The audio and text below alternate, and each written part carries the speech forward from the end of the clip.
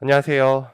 예, 우리 객관식 재무회계 시간이고요. 우리 해커스 객관식 종합반 오늘부터 개강이고 한 3주 정도는 시간표가 좀 괜찮은 것 같고 3주 이후부터 이제 본격적으로 시작하게 됩니다. 좀 마음을 굳게 먹으셔야 돼요. 예, 생각보다 1차 붙는 게 좀 어려워요. 회계사 시험은. 그래서 1차를 먼저 붙어야지 2차를 붙을 수 있기 때문에 1차 준비하시는데 이제 최선을 다해야 될 시기가 조금 오고 있어요. 물론 8월 달은 좀 공부가 안 될 거예요. 예, 저도 여름에 책 같은 거 쓰면 이제 내년에 책을 좀 많이 개정하려고 그러는데 잘 안 돼요. 한 9월 정도 돼야지 공부가 되는데 그래서 시간표가 좀 널널하긴 하니까 여러분들이 시간에 맞춰서 좀 공부하시고 간단하게 첫 시간이니까 오리엔테이션 하고 시작할게요. 길게 안 해요, 저는. 자, 일단 우리가 중급 회계하고 고급 회계가 시험 문제 나오잖아요. 근데 그거 기본 강의로 우리 몇 시간 했는지 혹시 알아요? 거의 뭐 한 180시간이나 190시간 정도 보강까지 했었거든요. 근데 그렇게는 강의를 못 합니다.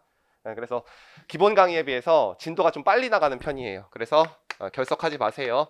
보통 하루에 4시간 수업을 하면 한 단원을 나가는 때도 있고요. 하루에 2단원 나갈 때도 있고, 그 다음에 좀 긴 단원이라고 해도 이틀 안에 한 단원이 나가게 되거든요. 이게 총 30단원으로 돼 있어요, 제 책이. 그러니까 결석하지 마시고 한 번이라도 빠지면 여러분들 준비하는 데 시간이 많이 걸리니까. 그리고 예습은 웬만하면 하지 마세요.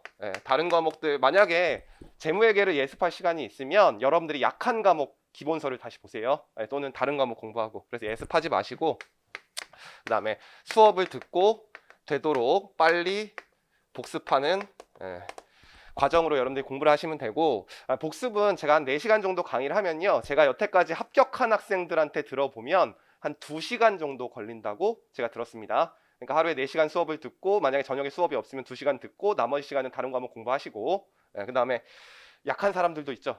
사람마다 좀 실력이 달라서 단원의 내용을 잘 모르는 사람들은 4시간 이상 복습 시간이 걸리는 사람들도 있어요. 그건 어쩔 수 없는 거고, 그럼 2회독하면 시간이 주니까 여러분들이 알맞게 공부를 하시면 됩니다. 거의 한 2시간 정도면 이제 복습 다 된다고 제가 들었습니다. 그래서 그날 배운 것 좀 그날 복습했으면 좋겠어요.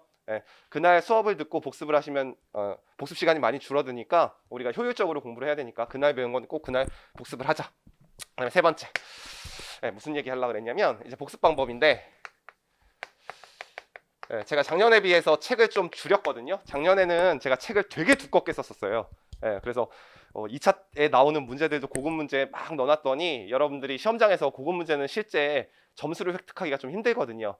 한 문제 푸는데 5분 걸리는 문제를 풀면 안 돼요, 시험장에서. 우리가 시간이 모자란 시험이기 때문에. 그래서 이제 고급 문제에서 좀 내용들을 줄이고요. 원래 이제 모의고사가 한 4문제, 4회 정도 있었어요, 이 책이. 근데 그 모의고사도 다 뺐습니다. 왜냐면 우리가 요 커리큘럼이 끝난 다음에 해커스 모의고사 6회 정도를 칠 거기 때문에 어차피 여러분들이 똑같은 문제를 반복해서 쉬운 문제를 푸는 게 중요하기 때문에 좀 문제를 많이 줄였어요. 여러분들이 복습하는데 다른 과목 성적을 좀 높이려고. 그래서 한 100문제 정도 줄인 책이에요. 2판이고요. 그래서 공부를 하실 때 여러분들이 이제 초시생인데 지금 아직도 혹시 토익 못 넘기신 분 있나요? 또는 학점은행제 공부 아직도 못 하신 분, 또는 다른 과목들 기본 강의를 아직 조금 못 들으신 분들, 한두 과목 못 들으신 분들도 있죠. 그런 분들 있을 거예요. 그러면 지금 이게 중요한 게 아니라 전 과목을 다 끌고 가는 게 중요한 거야, 일단은. 그래서 내가 좀 실력이 없다.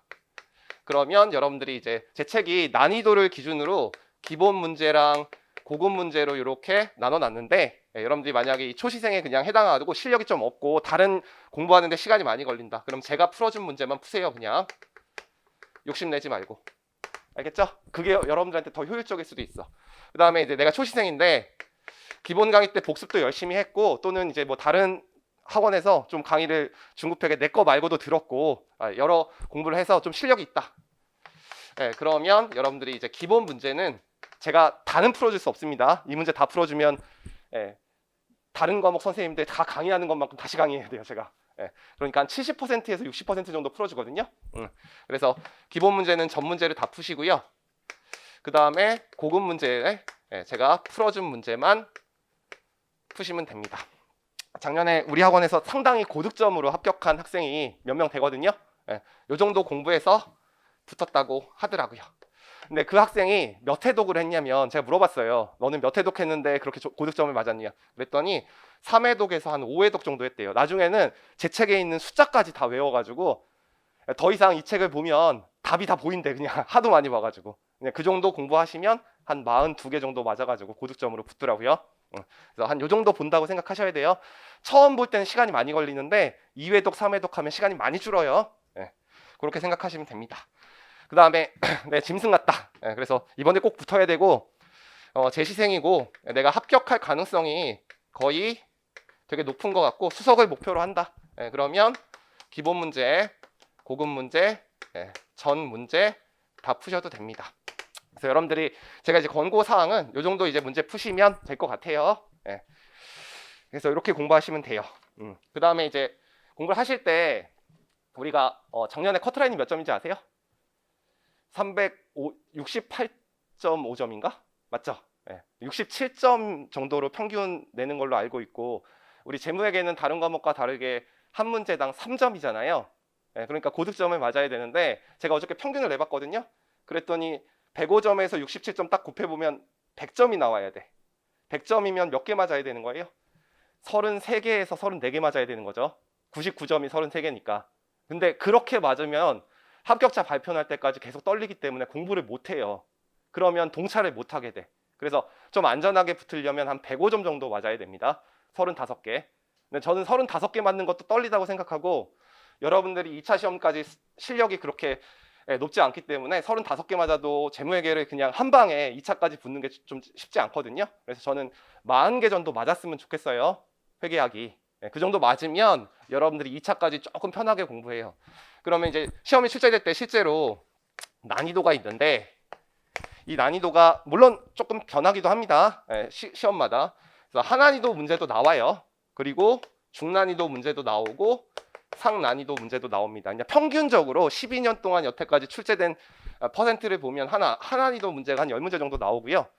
중난이도 문제가 한 30문제, 그리고 상난이도, 고급 문제가 한 10문제 정도 나와요. 그래서 제가 이 문제집을 편집할 때 하난이도와 중난이도에 해당하는 문제를 기본 문제에다 편집을 해놨고 제가 생각하기에 상난이도라고 생각하는 문제를 고급 문제라고 넣어놨습니다. 근데 이제 처음 공부를 하시는 분이 시험장에서 상난이도의 문제까지 시험장에서 다 풀 시간이 안 됩니다. 이게 1분 36초에 한 문제씩 풀어야 되기 때문에. 그래서 여러분들이 뭘 연습하는 거냐면 시험장에서 선택을 일단 하는 거예요. 그래서 시험장에서 문제를 봤을 때 이게 중난이도랑 하난이도에 해당한다고 생각하면 시험장에서 문제를 푸는 거예요. 근데 그럼 40문제인데 이거 다 풀 수 있느냐? 그것도 안 돼요. 여러분들의 자료에 여러분들 틀리게 하는 여러 가지 실수 포인트를 한 3개 정도 넣으면 그걸 여러분들 실수하게 돼요. 저도 제가 그냥 문제를 풀면 한두 문제는 실수한다니까요. 어쩔 수 없는 거야, 사람이라니까. 그래서 여기서 한 정답률을 80% 정도 만들어서 한 32문제 정도 맞고 그 다음에 상난이도 다 찍어도 2문제 맞죠. 신이 여러분들이 버리지 않는다면. 근데 버리는 사람들도 가끔 있더라고. 근데 한 10문제 나오면 그 중에서 이제 여러분들이 골라 잘 풀어가지고 한 3문제 정도 30% 맞아가지고 2개 합쳐서 35문제 맞으면 여러분들 합격하는 거예요. 합격은 하는데 저의 목표는 요거보다는 조금 더 공부를 하셔가지고 요거 한 35문제, 요거 5문제 맞춰가지고 한 40문제 정도 맞을 수 있도록 여러분들이 실력이 됐으면 좋겠습니다. 그래서 우리 학원은 매일매일 퀴즈를 보죠. 그래서 매일매일 퀴즈를 볼 때 제가 문제를 하난이도 문제를 1문제 내고요. 중난이도 문제를 3문제 내고요. 상난이도 문제를 1문제 냅니다. 그래서 작년에 합격한 학생들 보면 4개에서 5개를 꾸준히 평균적으로, 물론 뭐 법인세회계 되게 어려워해서 조금 틀리기도 하는데 전체적으로 평균이 4개에서 5개 맞는 학생들은 다 붙었어요. 됐죠? 그래서 다음날 한 4개에서 5개 맞으려고 하고 그 다음에 시간, 이게 원래 여러분들한테 한 15분 30분 주죠. 그렇게 풀지 마. 10분 재고 그냥 10분에 풀고 내요. 알겠죠? 그래야지 여러분들 시험장에서 안 떨린다고. 그렇게 준비했으면 좋겠습니다. 그래서 우리 퀴즈 집중관리 종합반 같은 경우에는 이제 5문제씩 볼 건데 낼 때 하난이도 문제 하나, 중난이도 문제 하나, 그 다음에 상난이도 문제 하나 낼 거고 작년보다는 최근에 최신 기출 경향이 반영된 문제를 조금 더 한두 문제씩 넣어가지고 문제를 좀 바꿔서 낼 거예요. 매일매일. 그렇게 대비하시면 될 것 같아요. 대충 알겠죠? 그 다음에 제 강의를 이제 이게 회계사 객관식 반이긴 한데 세무사 객관식 듣는 학생들도 제 강의를 좀 많이 듣거든요. 예, 그래서 조금만 그냥 출제 비중만 좀 말씀드릴게요. 일단 회계학 CPA 과목은 이제 150점이에요. 그래서 총 50문제가 나오고 따라서 한 문제당 3점인 건 알고 계실 거고 과목이 많죠. 크게 이제 4과목이죠. 우리 과목이 짜증나게. 그래서 중급 회계가 나오고 그 다음에 고급 회계가 나오고 정부 회계가 나오고 그 다음에 원가 관리 회계가 나옵니다. 사실은 이제 재작년 전까지만 해도요. 중급 회계가 25문제가 나왔고 고급 회계가 10문제가 나왔는데 이제 제가 최신에 이제 들어본 얘기를 들어보면은 고급 회계의 출제 비중이 조금 더 올라갔대요. 그래서 아마 올해는 요게 24문제, 요게 11문제 나올 거예요. 요게 2020년부터 한 문제가 고급 쪽이 좀 늘어났어요. 그래서 고급 연결 절대 제끼만 떨어져요, 그냥. 그다음에 이제 정부 회계가 5문제 나오고요. 정부 회계 공부 안 하신 분 아직 안 했어요? 우리는 기본 강의 때 했죠. 근데 객관식 강의 때 또 하니까 그 시간 되실 때 기본 강의 미리 들어놓으시고 얼마 안 돼요. 정부 회계 한 5문제 정도 나올 거고 이건 암기 과목이랑 똑같아요. 미리미리 해놓으시는 게 좋아요. 나중에 이제 1월, 2월 가가지고 세법 개정되고 막 그러고 있는데 혼자 또 정부 회계 공부하고 있으면 다른 과목 성적 떨어지니까 미리미리 좀 보세요. 그 다음에 원가 회계 10문제가 나옵니다. 작년에는 좀 재무회계가 어려웠어요. 셋 중에서 상대적으로 재무회계도 쉬웠는데 상대적으로 정부회계랑 원가회계가 워낙 쉬웠기 때문에 작년에는 요거 먼저 풀고 그 다음에 중급회계 고급회계 푼 사람이 좀 성적이 높았고 중급 고급부터 푼 사람들이 좀 성적이 낮았고 원가회계가 낮았기 때문에 근데 출제는 어떻게 될지 모르니까 그래서 이렇게 출제가 되고요. 그 다음에 세무사 시험은 회계학이 100점으로 출제가 되고 그 다음에 40문제가 출제가 돼서 한 문제당 2.5점입니다. 그래서 중급회계랑 이제 고급회계 출제가 되고 정부회계는 출제가 안 되고 원가관리회계가 출제가 됩니다. 원래 25문제, 15문제 나왔었는데 올해부터 이제 24문제, 16문제로 출제가 돼갖고 딱 40점, 60점으로 나눠놨네요. 그리고 중급회계가 거의 다 나옵니다. 그래서 23문제에서 24문제 정도 나오고 고급회계는 진짜 많이 나올 때 한 3문제 정도 나왔었는데 지금은 0에서 1문제 정도 나오고 최근에 한 2년 동안 합병만 한 문제씩 그냥 나왔었습니다. 그래서 제 강의를 만약에 들으실 분들은 중급회계까지는 제 객관식 강의 들으시면 되고 고급회계는 제가 온라인으로 따로 찍어놨으니까 고급회계 책 되게 얇은 걸로 그걸로 대비하시면 돼요. 공부하실 분들은. 그리고 원가회계는 16문제 이렇게 출제가 됩니다. 중급만 보면은 요즘에는 세무사 시험이 더 어려워요. 시험을 훨씬 더 많이 보기 때문에 응시 인원이 많아가지고 채점을 못해가지고 1차 시험이 점점 세무사 시험이 어려워지고 있습니다. 그래서 어차피 똑같다. 그 다음에 마지막 교재 소개해 드릴게요. 원래는 제가 해커스 객관식 재무회계고 이제 작년에 이게 강의한 책이고 작년 책의 초판이었잖아요. 작년 책이. 그래서 오타가 한 30개 정도 있더라고요. 근데 올해는 다 발견해서 다 지워버렸어요. 그래서 아마 오타가 없을 거예요. 이게 2판이기 때문에. 그리고 학원에서 원이라고 이렇게 써놨더라고. 그래서 이 책으로 따끈따끈한 책으로 강의하겠습니다. 나온 지 한 2주 정도 됐는데요. 꽤 많이 팔렸더라고요. 저도 깜짝 놀랐어요. 생각보다는 되게 많이 팔렸더라고. 그리고 해커스 포인트 재무회계 책인데 이 책이 요약서예요. 제가 옛날에 강의할 때는요 무조건 칠판에 필기해주고 문제 풀어주고 필기해주고 문제 풀어주고 필기해주고 문제 풀어줬거든요. 그럼 여러분들 팔이 너무 아프잖아요. 그래서 제가 옛날에 강의를 들었던 학생들이 요약서 좀 내달라 그래서 요거 낸 겁니다. 그리고 요약서가 좀 두꺼워요. 다른 요약서에 비해서 조금 두꺼워요. 한 30-40페이지가 더 두껍거든요. 그 이유가 뭐냐면 1차와 2차의 요약서를 다르게 쓰시는 분들이 있어요. 그럼 여러분들 책을 2권 사야 되죠. 어차피 내용 반복되는데. 근데 1차와 2차를 제가 동시에 하기 위해서 그래서 여러분들 1차 합격하면 2차 책은 요 책으로 요약 똑같이 하고 그 다음에 또 문제집으로 풀어줍니다. 그래서 약간 두껍긴 한데 두꺼운 만큼 성적이 높아요. 이번 시험을 보니까 알겠더라고. 그래서 여러분들 공부하실 때 이렇게 공부하시는 분들이 있어요. 그냥 문제만 계속 푸는 사람들 별로 실력 안 늘어요. 왜냐하면 이 책에 있는 똑같은 문제가 출제되지 않습니다. 절대 조금씩 변하게 돼서 나와요. 똑같은 자료를 주고 어떨 때는 단기 손익에 미치는 영향, 어떨 때는 기타 포괄 손익에 미치는 영향, 어떨 때는 총 포괄 손익에 미치는 영향, 어떨 때는 자본에 미치는 영향, 어떨 때는 재무상태표의 각 계정 과목의 잔해. 그러면 여러분들 이론적으로 강하지 않으면 그 문제의 해결을 못 해요. 알겠죠? 그래서 처음에 공부하실 때 이론 요약서 읽고 그 다음에 문제 풀고, 이론 요약서 읽고 문제 풀고, 한 3회독 하신 다음부터 문제집만 푸시면 될 것 같아요. 알겠죠? 그래서 그렇게 공부하시면 돼요. 이게 이제 문제집입니다. 그 다음에 여러분들 공부하실 때 제가 웬만하면 필기하지 말라고 이 책 만들어 놨으니까 중간중간에 공간들이 좀 있거든요. 그래서 오늘 수업할 때는 뭐 특별하게 뭐 연습장 같은 거 하지 말고 그냥 포인트 책에다 필기 조금 공간에다 하시면 돼요. 알겠죠? 그리고 요 객관식 원 재무회계 문제 풀 때는 거기다가 이제 필기하지 마세요. 답이 써 있는 것 같다 문제 풀면 당연히 다 맞을 거 아니에요. 대신에 제가 풀어준 문제에다가 동그라미 쳐놓으세요. 알겠죠? 그게 기출 가능성이 높은 문제니까 맨 마지막에 한 달 정도 남았을 때는 제가 풀어준 문제가 더 중요한 거예요.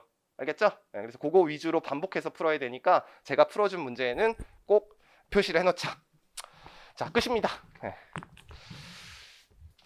칠판 지우면서 잠깐만 설명드리면 이제 문제는 크게 계산형 문제만 나오는 게 아니에요. 그래서 이론형 문제도 출제가 되고 계산형 문제도 출제가 됩니다. 옛날에 비해서 이론형 문제가 좀 많이 늘었어요. 원가회계는 절대 이론형 문제를 안 내요. 요즘에 10문제밖에 안 나오기 때문에 옛날에 15문제 나올 때는 한두 문제가 나왔는데 비중이 줄어가지고 이론형 문제 안 내요. 정부회계는 이론형 문제가 4문제가 나오고 계산형 문제가 1문제가 나옵니다. 그래서 완전히 암기 과목이에요. 그 다음에 재무회계는 최근에 9문제에서 10문제 정도 나옵니다. 그러면 이론형 문제는 어떻게 대비해야 되냐? 일단 이론형 문제가 자주 출제되는 단원이 있어요. 한 8개 정도의 단원은 결정된 거나 다름없어요. 그래서 그거는 제가 포인트 책에다가 나온 기출된 문장 전부 다 밑줄 쳐줄 거고요. 그리고 기출된 포인트에다 동그라미 다 쳐놓을 거예요. 그 용어가 바뀌었다는 거, 거기까지 동그라미 쳐줄 거예요. 그렇게 대비를 하실 거예요. 그래서 제가 기본 강의 때 다 설명했지만 재무보고를 위한 개념책에 오늘 할 거 조금, 그 다음에 3장 재무제표 표시, 그리고 무형자산과 투자부동산, 그리고 충당부채, 그리고 수익, 사업결합, 연결, 그리고 환율변동률과 관계기업투자. 여기서 한 8문제 정도 나올 거예요. 그럼 나머지 이제 2문제는 계산형 문제가 자주 나오는 단원인데 출제위원이 그냥 들어가셔서 올해는 법인세회계 말문제 내고 내년에는 뭐 현금흐름표 내고 이런 거예요. 요거는 계산형 문제 공부할 때 여러분들이 이론 요약한 걸로 말문제를 풀어야 돼요. 알겠죠? 어차피 알 거니까. 그래서 제가 이론형 문제가 주로 나오는 단원은요, 밑줄 위주로 밑줄 쳐주면서 설명을 할 거고, 그 다음에 계산형 문제가 나오는 단원은 이론 요약을 판서를 해주고요, 그리고 관련된 문제 풀어주고, 판서해주고 관련된 문제 풀어주고, 그렇게 강의를 할 겁니다. 그 다음에 두 번째, 이제 문제가 나오는 단원이 2가지 유형이 있어요. 우리 중급회계 제책 기준이에요. 책마다 조금 단원이 다르기 때문에 중급회계 상과 중급회계 하와 고급이 있는데 이쪽 강의하는 거랑 이쪽 강의하는 거랑 좀 달라요. 이쪽 강의는 이제 예를 들면 가장 대표적으로 제일 먼저 나오는 단원이 재고자산인데, 재고자산은 주제별로 객관식 문제 내용이 다르죠. 그러니까 재고자산에 포함된 항목의 결정이 있으면 그 문제 이론 요약하고 문제 풀어주고, 그 다음에 평가손실과 감모손실 있는 문제 나오면 그 문제 이론 요약하고 문제 풀어주고, 이런 식으로 주제별로 한 6개가 있으면 이론 요약하고 문제 풀어주고 그렇게 가능합니다. 그래서 요거는 이제 주제별로 이론 요약을 하고 그 다음에 문제풀이 이렇게 해줄 거고요. 그 다음에 중급회계 하는 달라요. 여러분들 법인세 회계를 처음부터 끝까지 문제를 풀려면 뭐 주제 미지급 법인세 구하는 거 한 다음에 문제 풀어줄 수 없죠. 그냥 법인세 비용 구하는 거니까 전 단원을 전체적으로 이론 요약합니다. 근데 이론 요약을 하다 보면 법인세 회계에서 문제를 풀 때 여러분들이 주의할 사항이 13개 정도 있어요. 그 13개 중에서 하나만 실수하면 그냥 틀리는 거예요. 대차 차익이기 때문에. 그래서 그 실수 포인트를 다 적어줘요. 필기하실 필요도 없어요. 이 책에 다 나와 있어요. 알겠죠? 그래서 이거는 전 단원을 이론 요약 다 하고 문제 풀어주고 그런 식으로 나갑니다. 그래서 시간이 중급회계 상이 조금 더 많이 걸리고요. 중급회계 하하고 고급회계는요, 전체적으로 이론 요약하는데 시간이 많이 안 걸립니다. 한 1시간 이론 요약하고 문제 확 풀어주고 1시간 이론 요약하고 문제 확 풀어주고 그렇게 나갈 거예요. 알겠죠? 응. 자, 그렇게 강의가 진행될 거다.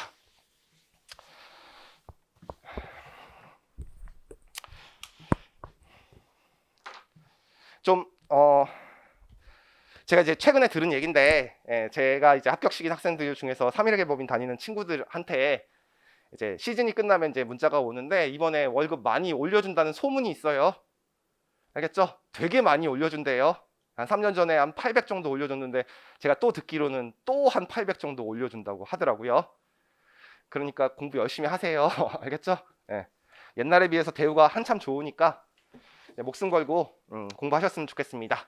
자, 바로 1장 강의 들어갈게요. 여러분들 일단 포인트 책부터 이론 요약하고 문제 풀어주겠습니다. 오늘은 여러분들이 유일하게 잘하는 1, 2, 3장을 할 거기 때문에 빨리빨리 나갈 거예요. 자, 1장이 재무회계 일반론인데 1-2페이지 펴시면 됩니다. 제 책은 처음 오신 분들 이렇게 단원별로 페이지가 나와 있어요. 왜냐하면 개정이 되면 그 개정된 단원만 추록을 좀 내기 위해서 그렇게 책을 써놨습니다. 자, 1번 보시면 회계의 정의. 저는 관심 없습니다. 안 보셔도 돼요. 시험에 안 나오니까. 근데 내용은 알고 있죠? 경제적 실체가 정보 이용자에게 유용한 정보를 식별, 측정, 전달하는 과정을 우리가 회계라고 합니다. 그 유용한 정보는 재무제표를 말하는 거고, 뭐 재무제표는 재무상태표, 포괄손익계산서, 자본변동표, 현금흐름표, 주석으로 공시되어 있다. 조금 이따 보면 되니까 그냥 알고 있는 거니까 넘어갈게요. 그 다음에 이 회계 정보를 이용하는 사람이 있죠. 회계 정보를 이용하는 사람이 현재 및 잠재적 투자자, 대여자와 그 밖의 채권자가 있고, 정부와 규제기관이 있고, 경영자가 있고, 종업원이 있고, 일반 대중이 있습니다. 저는 현재 및 잠재적 투자자, 대여자, 그 밖의 채권자에만 관심이 있어요. 그러니까 그 표에 그 부분에만 이렇게 표시를 해놓으시면 돼요. 왜냐하면 그 문장은 2장에 있는 재무보고를 위한 개념체계에 있는 문장이고 시험에 출제된 문장이에요. 그때 다시 볼 거예요.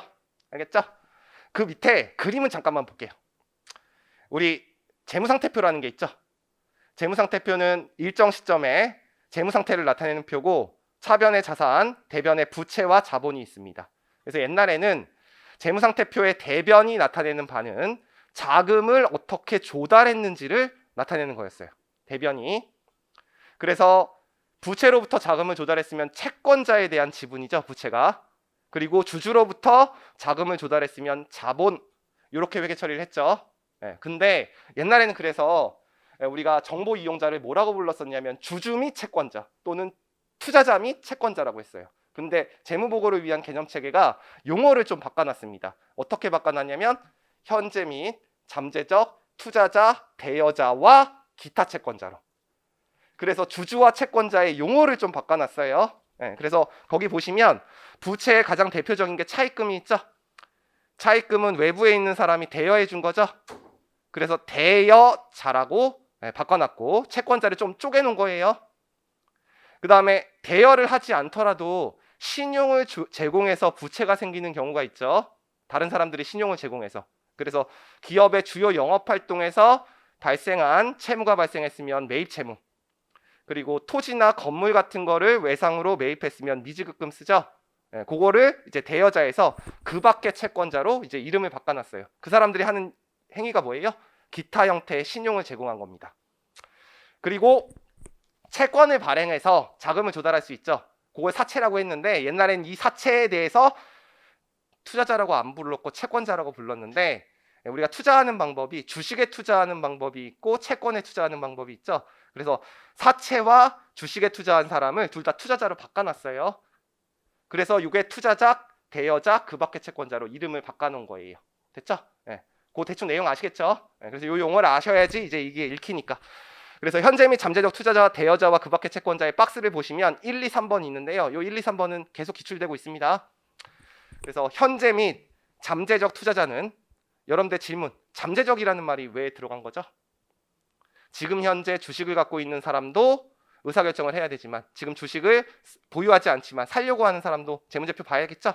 그래서 잠재적이라는 말이 들어갔고 투자자는 지분상품과 채무상품에 투자한 사람이죠. 그래서 지분상품 및 채무상품의 매수, 보유, 매도 등에 관한 현재 또는 미래의 투자 의사결정에 유용한 위험과 수익률에 관한 도움을 주는 회계 정보를 필요로 한다.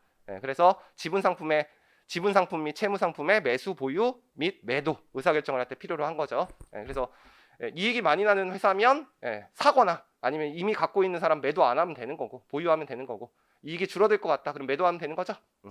그 다음에 두 번째, 현재 및 잠재적 대여자가 나왔어요. 대여자. 아까 대여자는 뭐라 그랬어요? 자금을 대여. 연결돼요? 뒤에? 됐죠? 그 다음에 그 밖의 채권자는 매입 채무랑 미지급금이니까 기타 형태의 신용을 제공하죠. 그거의 의사결정을 하기 위해서 재무상태표나 포괄손익계산서를 봐야 됩니다. 그 다음에 맨 마지막에 기업 실체에 직접적 또는 간접적으로 자금을 투자한 현재 및 잠재적 투자자, 대여자와 그 밖의 채권자를 회계정보의 주요 정보 이용자로 간주한다. 그래서 그 3번 문장이 시험에 제일 많이 나와요. 여러분들 기업에 자금을 직접 투자한 사람을 위해서 재무제표를 만들면 다른 사람들이 그냥 이용할 수 있죠. 그래서 그것을 일반 목적 재무보고서라고 합니다. 모든 사람의 정보의 욕구를 다 충족하는 재무정보를 제공할 수 없어요. 그래서 기업에 직접 또는 간접적으로 자금을 투자한 사람을 위한 재무보고를 하게 돼서 그 사람 3명을 우리가 주요 정보 이용자라고 합니다. 그래서 여러분들 시험에는 뭐가 나오냐면 여기다가 경영진 주요 정보 이용자이다. 일반 대중 주요 정보 이용자이다. 아니면 정부 및 규제기관 주요 정보 이용자이다. 그렇게 해서 틀리게 나오는 겁니다. 그래서 그 옆에다가 이렇게 써놓으시면 되죠. 경영진, 정부, 일반 대중은 주요 정보 이용자가 아닙니다. 요거 가지고 계속 시험 문제 냈어요. 경영진이 주요 정보 이용자라고 해서. 그 정도만 보시면 될 것 같아요. 자, 그 다음에 3번 볼게요. 회계의 분류. 전 관심 없어요. 심심하실 때 읽어보시면 졸리실 거고. 자, 4번 볼게요. 회계의 역할. 그거는 여러분들이 공부하셔야 돼요. 요거는 2010년도 기출문제죠. 회계 정보를 제공하면 어떠한 역할을 하는가. 여러분들 회계의 역할과 기능이 똑같다는 건 알겠죠. 그래서 여러분들한테 시험 문제 나올 때는 다음 중 회계의 기능이 아닌 것은 그렇게 시험 문제 나왔었고요.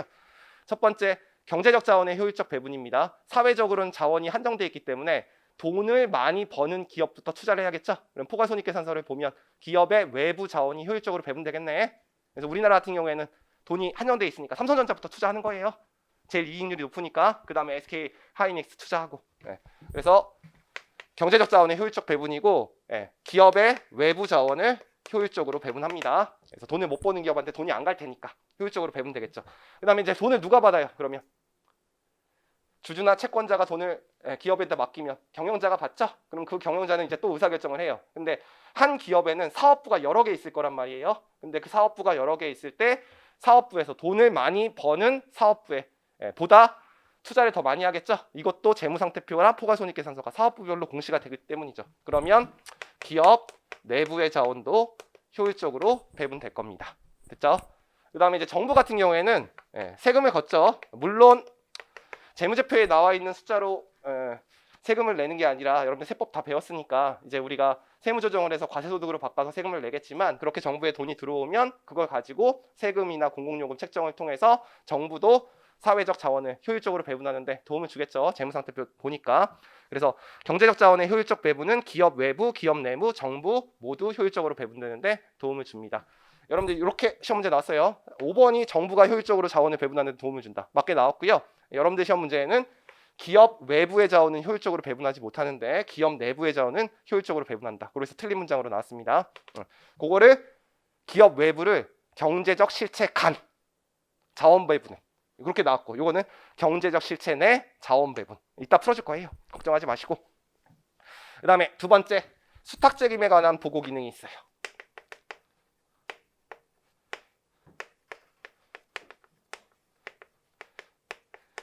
여러분 수탁 책임에 관한 보고 기능은 재무보고를 위한 개념 체계에도 이번에 추가된 내용이거든요. 개정이 2019년에 되면서. 이 뜻이 뭐예요? 아까 그림 1-1 바로 2페이지에 있었던 거. 투자자, 대여자, 그 밖의 채권자가 누구한테 돈을 맡겨요? 경영자에게. 그걸 수탁 책임이라고 하는 거죠. 수탁, 자금 수탁. 그러면 정보에 대한 접근 권한이 이 외부에 있는 사람보다 내부에 있는 사람이 많기 때문에 경영자가 정보를 더 많이 갖고 있죠. 그래서 그 맡긴 금액이 효율적이고 효과적으로 관리됐는지 결과 보고를 하는 기능을 수탁 책임에 관한 보고 기능이라고 합니다. 그 내용은 이제 2장에서 다시 제가 밑줄을 쳐줄 거고, 요 수탁 책임에 관한 보고 기능을 할 때 이제 중요한 게 요거는 밑에 박스에다가 조금 필기해 놓으세요. 정보의 양이나 질이 차이가 나는 상황이 발생한단 말이에요. 그쵸? 이제 경영자가 있고, 여러분들 현재 및 잠재적 투자자, 대여자와 그 밖의 채권자라고 하면 제가 강의를 할 때 너무 시간이 많이 걸리기 때문에 그 사람들을 그냥 외부 정보 이용자라고 할게요. 외부에 있는 사람이니까. 자, 그러면 정보에 대한 접근 권한이 누가 더 강해요? 얘가 더 강하죠. 그래서 재무제표를 통해서 이것을 일치시켜주는 이 기능을 수탁 책임에 관한 보고 기능이라고 하죠. 정확하게 공시를 하면 정보에 대한 양이나 질이 똑같아지기 때문에 투자자가 피해를 보지 않는다. 그러면 이렇게 정보의 질이나 양이 차이가 나는 상황을 뭐라 그래요? 정보 비대칭, 정보 불균형. 이건 내 잘못이 아니에요. 어디서 배워요? 경제학에서 배우죠? 그러면 재무제표를 정확하게 공시되면 이게 해소될 수 있죠. 그 다음에 두 번째, 이 정보 비대칭이 또 두 가지로 나뉘죠. 내용이. 의사결정을 하기 전에 정보의 양이나 질이 차이가 났기 때문에 사회적 자원이 효율적으로 배분되지 않는 상황을 뭐라 그래요? 세 글자로 역선택. 그래서 재무제표를 정확하게 공시를 하면 역선택이 해소될 수 있고, 그 다음에 의사결정 후에 정보에 대한 양이나 질이 차이가 나기 때문에 잘못된 행동을 해서 문제가 생기는 상황을 우리가 도덕적 해이라고 합니다. 그래서 도덕적 해이를 해소할 수 있죠. 그래서 여러분들 시험 문제 요거 한 문장 나왔고 요거 한 문장 나왔고 회계 정보를 잘 공시하게 되면 정보 비대칭을 해소할 수 있다, 역선택을 해소할 수 있다, 도덕적 해이를 해소할 수 있다. 그렇게 문제가 나와서 요게 답이 됐던 거. 그 문장이 기출 문제입니다. 됐죠? 그래서 요것만 알아두시면 되는 거죠. 여러분들 역선택이란 도덕적 해이가 뭔지 아시죠? 역선택은 의사결정 전에 정보의 양이나 질이 차이가 나는 상황이니까 의사결정을 하려고 그랬는데 회사가 분식회계 한 거야. 근데 잘못 투자했죠? 그렇죠? 그 상황을 역선택이라고 하는 거죠. 그 다음에 도덕적 해이는 회사가 무언가 자원 개발을 하기 위해서 유상증자 한다고 그랬어. 그래서 돈을 유상증자 줬어요, 주주가. 그랬더니 돈 받아갖고 자원 개발 안 하고 제 사비로 쓴 거죠. 막 비행기 구입하고 자기. 알겠죠? 그거 도덕적 해이라고 합니다. 근데 회계 정보가 잘 공시되면 이런 문제들을 다 해결할 수 있는 거죠. 그거 나와 있는 거고. 그 다음에 맨 마지막에 사회적 통제에 합리화는 시험 문제는 여러분들이 안 나왔었습니다. 그래서 정부의 역할이에요. 요거 따로 사회적 통제의 합리화라고 하는 거죠. 그래서 정부 같은 경우에는 세금이나 공공요금 책정을 통해서 사회적 통제의 합리화에 회계 정보가 쓰이고 있습니다. 됐죠? 요거 한번 나왔었다. 요거는 보고 가시는 게 좋아요. 모든 책에 다 있는 문제니까. 그래서 요것만 1장에서 그냥 보고 가자. 그 다음에 2절 한번 볼게요. 2절 보시면 재무보고라고 나와 있습니다. 저는 관심 없어요. 그래서 출제 가능성이 낮다 표시하시고, 자, 1번 보시면 재무회계랑 재무제표라고 나와 있어요. 여러분들 재무회계가 뭐죠? 외부 정보 이용자에게 유용한 정보를 제공하는 거. 그때 외부 정보 이용자는 정보에 대한 접근 권한이 약하기 때문에 표준화되고 객관적인 수단에 의해서 보고해야 되죠. 그것을 뭐라 그러죠? 재무제표. 재무회계는 재무제표예요. 근데 옛날에는 그래서 우리 이제 2장에서 실제 시험 문제가 나올 텐데 2장의 내용이 재무회계를 위한 개념체계였었거든요. 근데 지금 2장의 제목이 뭡니까? 재무보고를 위한 개념체계로 약간 회계가 조금 범위가 확장이 됐죠. 그 얘기가 뭐냐면 이 재무제표는 다 숫자로 돼 있죠. 재무제표는 우리 재무적 정보를 공시하는 겁니다. 재무적 정보. 근데 플러스 알파도 필요하다는 거야. 뭐 경영진이 바뀐다던가 아니면 미래에 어떤 사업에 진출한다던가 이런 것도 투자 의사결정을 할 때 필요하다는 거죠. 이것을 비재무적 정보라고 하고, 그래서 요 재무적 정보에 미래지향적인 정보, 비재무적 정보가 포함됐다고 해서 현대회계는 재무보고를 채택했습니다. 옛날에는 이런 이론용 문제가 나왔었는데 요즘에는 이론용 문제 안 나와요. 그래서 이런 내용이 있다만 알아두시면 되고, 재무제표가 있어요. 재무제표는 알아야 돼요. 일정 시점에 재무상태를 나타내는 표를 뭐라 그래요? 재무상태표. 그 다음에 일정 기간에 경영성과 재무성과를 나타내는 표, 포괄손익계산서. 그리고 일정 시점에 자본의 변동 내역을 보여주는 표를 우리가 자본변동표, 그리고 현금의 변동사항을 나타내는 표를 현금흐름표. 그리고 재무제표에는 들어가지 않지만 재무제표의 내용을 상세하게 보여주거나 재무제표에 인식되지 않았지만 정보 이용자에게 알려줄 내용, 가장 대표적인 게 우발부채 같은 거 포함하는 것을 우리가 주석이라고 하죠. 요 5개가 재무제표에 포함되는 건 알겠죠? 그래서 여러분들 시험 문제 2010년도에 연결 재무제표는 연결 재무상태표, 연결 포괄손익계산서, 연결 자본변동표, 연결 현금흐름표 주석으로 공시되어 있다. 이렇게 맞는 문장으로 나왔어요. 안 틀릴 거죠? 됐죠? 그 다음에 한 가지 또 이제 설명할 게 뭐냐면 옛날에는 우리가 그냥 손익계산서를 그냥 손익계산서라고 불렀어요. 근데 IF가 도입되면서 이제 포괄손익계산서라고 이제 포괄자가 붙은 거예요. 2010년도부터. 이게 왜 붙은 거냐면 옛날에는 배당할 수 있는 이익 당기순이익에서 끝났어. 근데 우리가 배당할 수 없는 미실현손익, 기타 포괄손익이 포함되어 있기 때문에 총 포괄손익이 현대회계의 이익이기 때문에 이게 포괄손익계산서로 바뀐 거예요. 그래서 용어를 이 포괄손익계산서를 손익과 기타 포괄손익계산서라고 불러도 돼요. 그래서 이렇게 나온 것도 틀린 건 아니다. 손익과 기타 포괄손익계산서 이렇게 돼 있어요. 맞아요? 나 잘 안 쓰는 말이니까. 맞죠? 그래서 그 옆에 이렇게 돼 있잖아요. 그래서 이렇게 표시를 해도 틀린 문장 아니라는 것만 알아주시면 돼. 알겠죠? 그 정도만 보시면 된다. 그 다음에 재무보고의 목적이 나와 있는데요. 이건 아셔야 돼요. 2장에서 필요하니까 맞는 문장으로 자주 나왔습니다. 여러분들 재무회계의 목적 또는 회계, 재무회계, 재무제표 다 똑같은 거죠. 누구한테? 내부정보 이용자예요? 외부정보 이용자예요? 외부정보 이용자. 그래서 재무보고의 목적은 현재 및 잠재적 투자자 대여자와 그 밖의 채권자가 기업의 자원을 제공하는 것에 대한 의사결정을 할 때 유용한 보고기업의 재무정보를 제공하는 것이다. 맞는 문장으로 우리 2장에서 되게 많이 나왔으니까 이게 일반 목적 재무보고를 위한 목적이라고 하죠. 그런 게 있어요. 그 다음에 밑에 그림이 요겁니다. 넘어갈게요. 그 다음에 가장 중요한 게 요 재무적 정보가 있으면 요 재무제표를 만드는 건데 기업한테 알아서 만들라 그러면 자기 이익을 부풀리거나 지 맘대로 만들 거 아니에요? 그리고 그래서 표준화되고 객관적인 방법에 의해서 우리가 만들어야 되고 요 재무제표를 만드는 우리가 일정한 원칙을 우리가 회계 원칙이라고 합니다. 우리 회계 원칙은 일반적으로 인정된 회계 원칙이라고 하죠. Generally Accepted Accounting Principle. 이걸 다른 말로 일반적으로 인정된 회계 원칙이라고 합니다. 옛날엔 자주 나왔는데요. 요즘에는 기준서가 워낙 두껍기 때문에 기준서 문장이 자주 나와요. 이것도 출제 가능성은 좀 낮습니다. 그래서 회계 원칙이 뭐예요? 거래를 재무제표에 보고하는 방법이죠. 근데 거래는 경제적 사건이라고 조금 멋있는 말을 써놓은 거죠. 경제적 사건을 재무제표에 보고하는 방법. 그래서 일반적인 회계 원칙은 경제적 실질에 영향을 미치는 거래나 사건을 재무제표에 보고하는 일정한 방법을 말합니다. 자, 회계 원칙의 특징이 나와 있는데 요거는 한번 보세요. 한번 읽어보세요. 그래서 회계 원칙은 실질적이고 권위가 있는 다수의 전문가들에 의해서 지지를 받고 수용될 때 회계 원칙을 쓸 수 있습니다.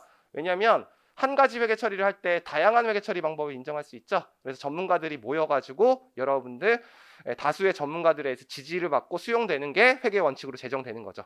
그 전문가들이 모인 단체가 어디예요? 한국회계기준원이에요. 물론 거기에 회계사들 모여 있거든요. 근데 우리나라는 회계 주권이 없죠. 우리는 국제회계기준위원회에서 그냥 회계 원칙 바꾸면 우리가 그냥 번역해서 쓰는 거니까 여기입니다. 이걸 국제회계기준위원회라고 하고요. 위원이 9명 있고요. 그 위원 9명 말고도 보조위원으로 한 27명 정도 있어요. 기쁜 소식은 그 9명 중에 한국인이 1명 있다. 대단하죠? 한국이 있는 게 싫어요? 옛날에 없었다고. 국제회계기준 도입할 때 우리나라가 잘 도입했기 때문에 국제적으로 좀 위상이 있어요. 그래서 1명이 들어가 있어요. 그리고 그 보조위원 27명 중에서도 우리나라 사람이 2명이나 있습니다. 그다음에 두 번째 보시면 회계 원칙은 다양한 정보 이용자의 정보 욕구를 충족시키기 위한 일반적인 원칙을 제시하므로 중립적인 성격을 가집니다. 그래서 채권자에게 유리한 회계 처리도 있고요. 주주한테 유리한 회계 처리도 있는데 그렇게 만들면 안 되죠. 그래서 특정 사람한테 유리하거나 불리하게 만들면 안 되기 때문에 중립적인 성격을 가집니다. 중요하지 않아요. 그래서 이거는 뭐 틀린 문장으로 되는 건 아니고 3번이 제가 시험 볼 때 계속 시험 문제 나왔던 거예요. 3번이. 그래서 회계는 사회과학이므로 시대 흐름에 따라 변화하는 특성이 있습니다. 그래서 여러분들 자연과학 배울 때는 한 번 공식 만들면 그거 영원히 쓰죠. 근데 사회과학은 회계 원칙을 만들더라도 맨날 시대 흐름에 따라 변화하는 특성이 있습니다. 그래서 여러분들 제일 싫어하는 과목이 나는 경영학이었는데 여러분들 안 싫어요? 나 이인호 교수님 되게 싫어했거든. 농담처럼 하는 얘기지만 여러분 경영학의 대세가 뭐예요? 상황론이야. 그러니까 학문을 배울 때 뭘 배우는 거야? 그때그때 다르다. 그게 뭐예요? 뭔 말인지 모르겠어요?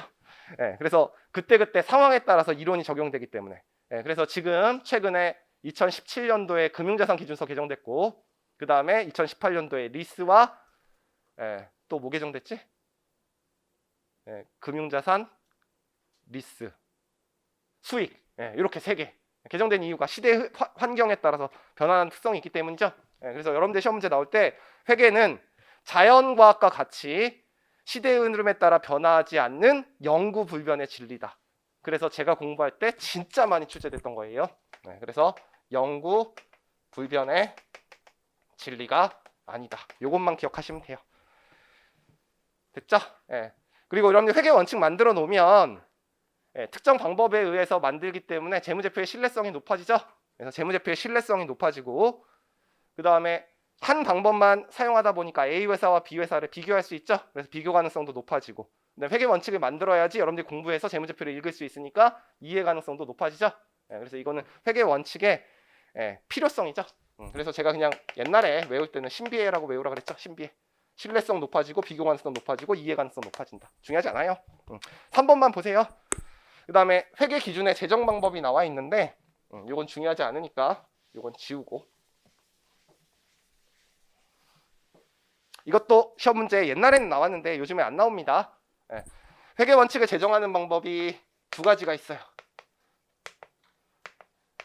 첫 번째는 연역적 방법이 있고요. 그 다음에 2번째는 귀납적 방법이 있습니다. 여러분들 연역법과 귀납법이 뭐가 차이가 나는지 알죠? 고등학교 때 다 배우는 거니까. 연역법은 이론이나 명제를 먼저 만들어 놓고 회계 원칙을 만드는 방법을 말합니다.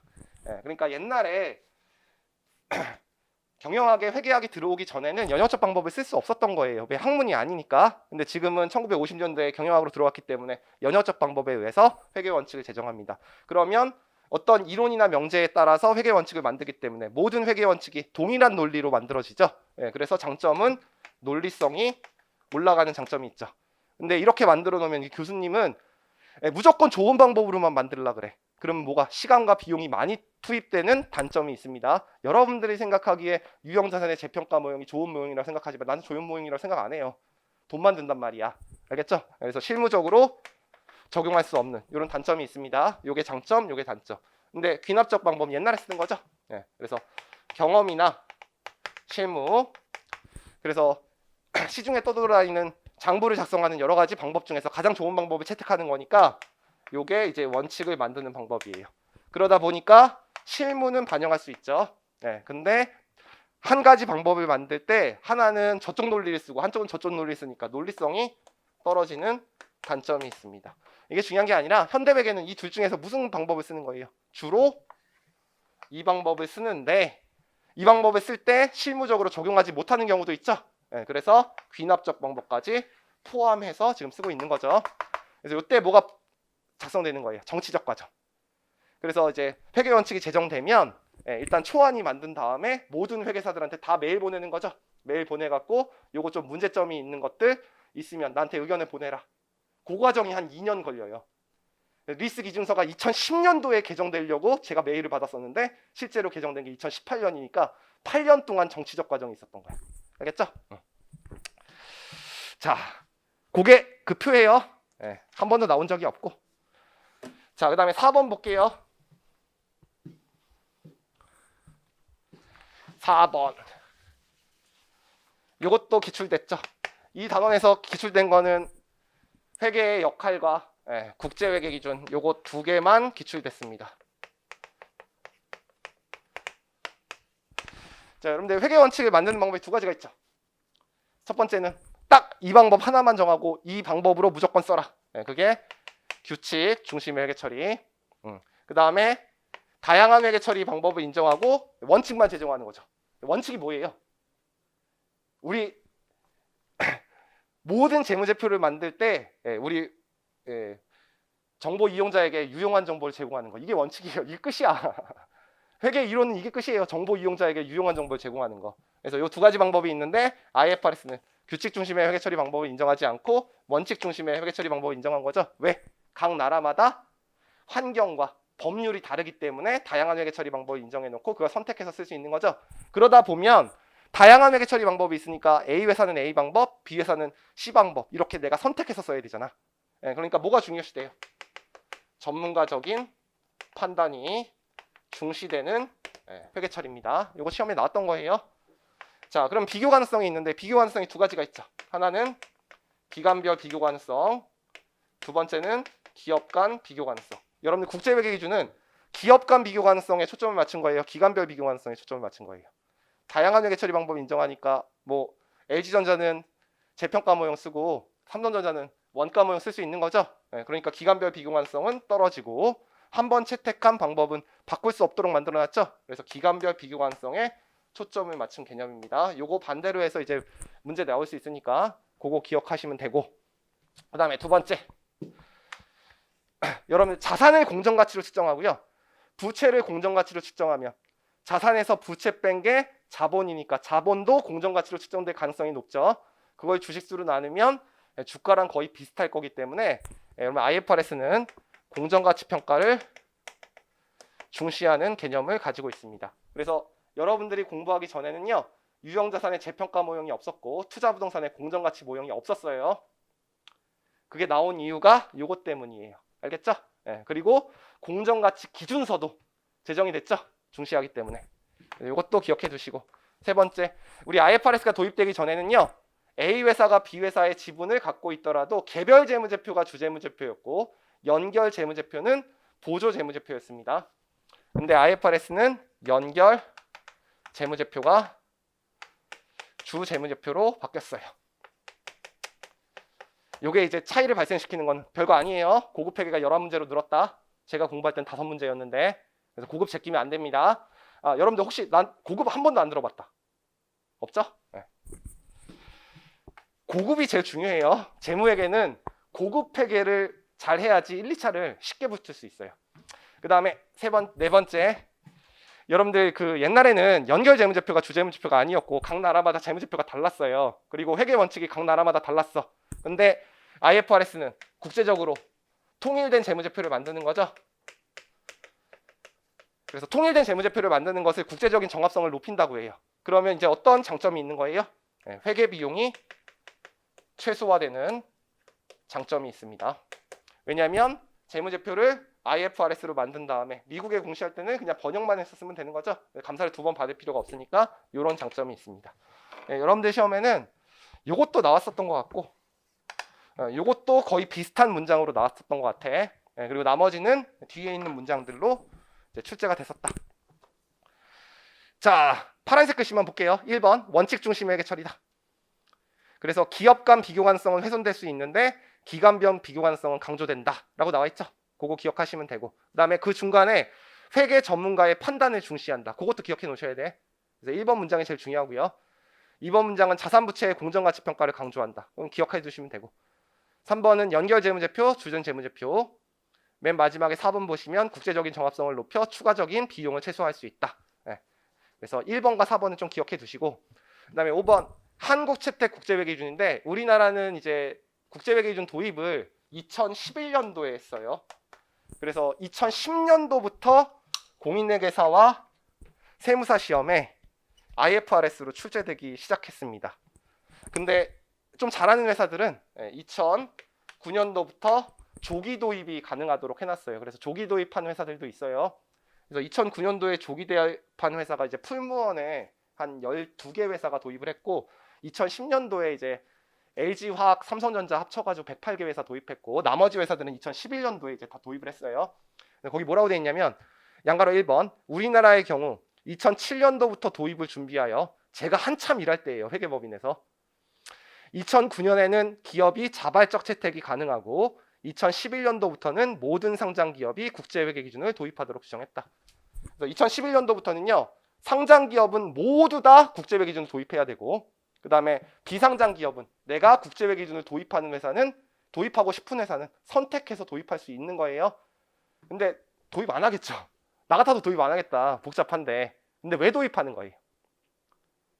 연결 재무제표 때문에.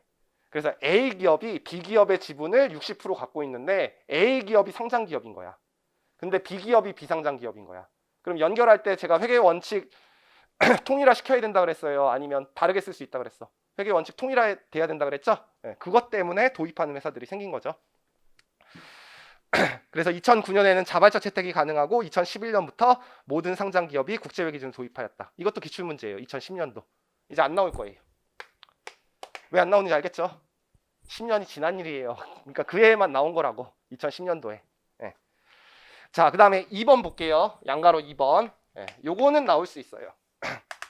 요거는 기출도 된 문장이고. 쫙 읽어보세요. 주식회사 등의 외부 관사에 의한 법률에 의하면 금융위원회는 증권선물위원회의 심의를 거쳐 국제회계 기준이 정하도록 요구하고 있다라고 돼 있죠. 그래서 우리나라의 회계 원칙을 제정하는 기관은 금융위원회입니다. 옛날에는 금융감독위원회였는데 이게 용어가 바뀌었어요. 제가 공부할 때랑. 금융위원회는 KIFRS의 제정 업무를 대통령이 정하는 바에 따라 전문성이 갖춘 민간법인이나 단체에 위탁할 수 있다고 돼 있어요. 위탁에다 동그라미 쳐놓고. 옛날엔 위임이라 그랬는데 이것도 용어가 바뀌었습니다. 위탁. 그래서 위탁으로 출제가 될 거예요.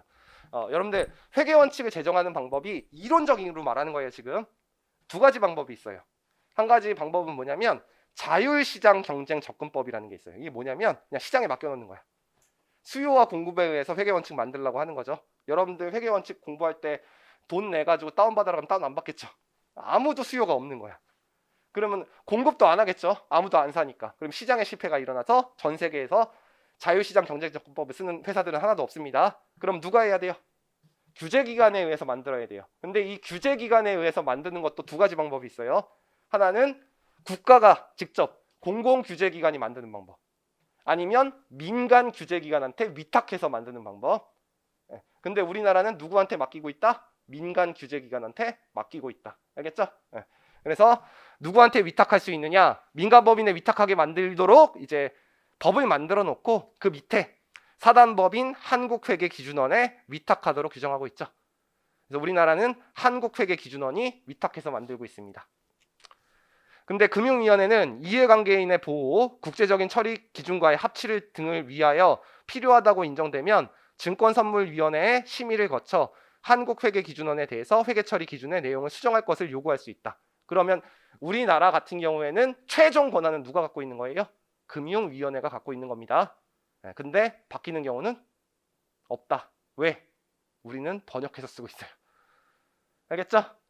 IMF 때 우리가 돈을 꾸는 조건 자체가 그거였기 때문에. 그래서 요거는 이렇게 기억하시면 돼요. 이 문장만 계속 나오기 때문에 우리나라 같은 경우에는 공공규제기관인 금융위원회가 민간 규제기관인 한국회계기준원이에요.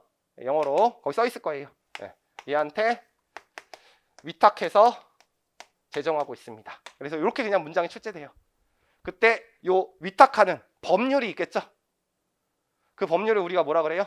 주식회사 등의 외부 감사에 의한 법률. 우리가 실무에서 외감법이라고 하죠.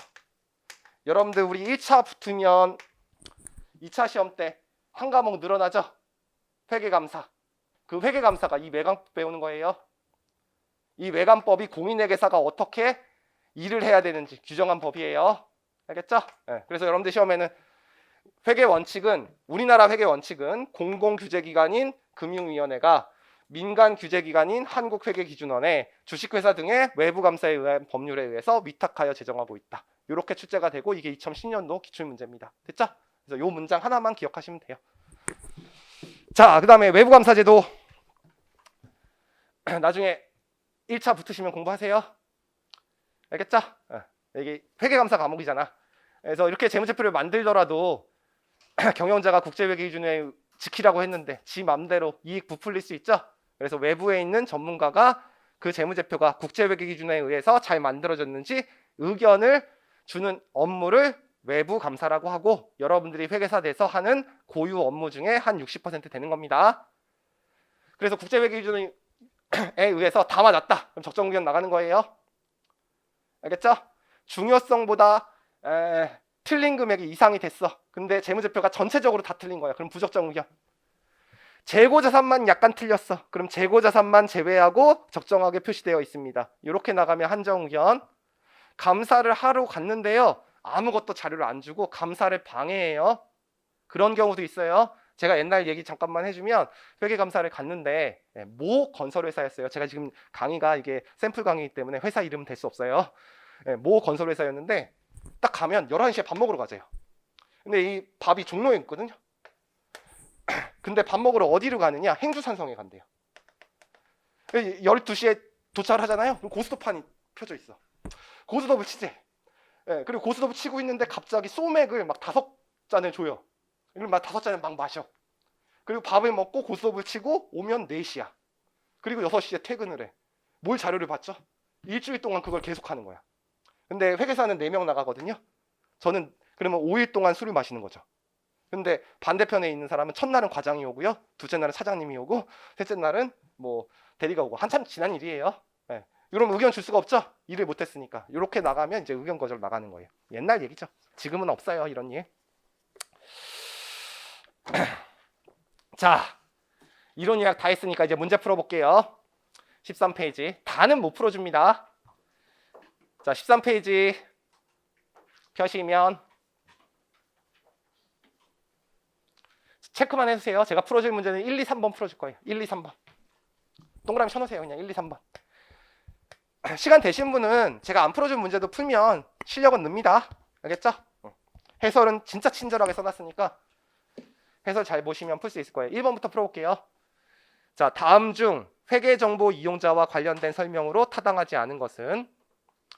회계정보 이용자는 크게 가장 중요한 주요 정보 이용자가 현재 및 잠재적 투자자, 대여자와 그 밖의 채권자라고 했어요. 현재 및 잠재적 투자자 나와 있죠? 아까 뭐라 그랬어요? 사채에 투자한 사람, 그리고 주식에 투자한 사람. 자, 우리 기준서는 사채를 뭐라 그래요? 채무상품.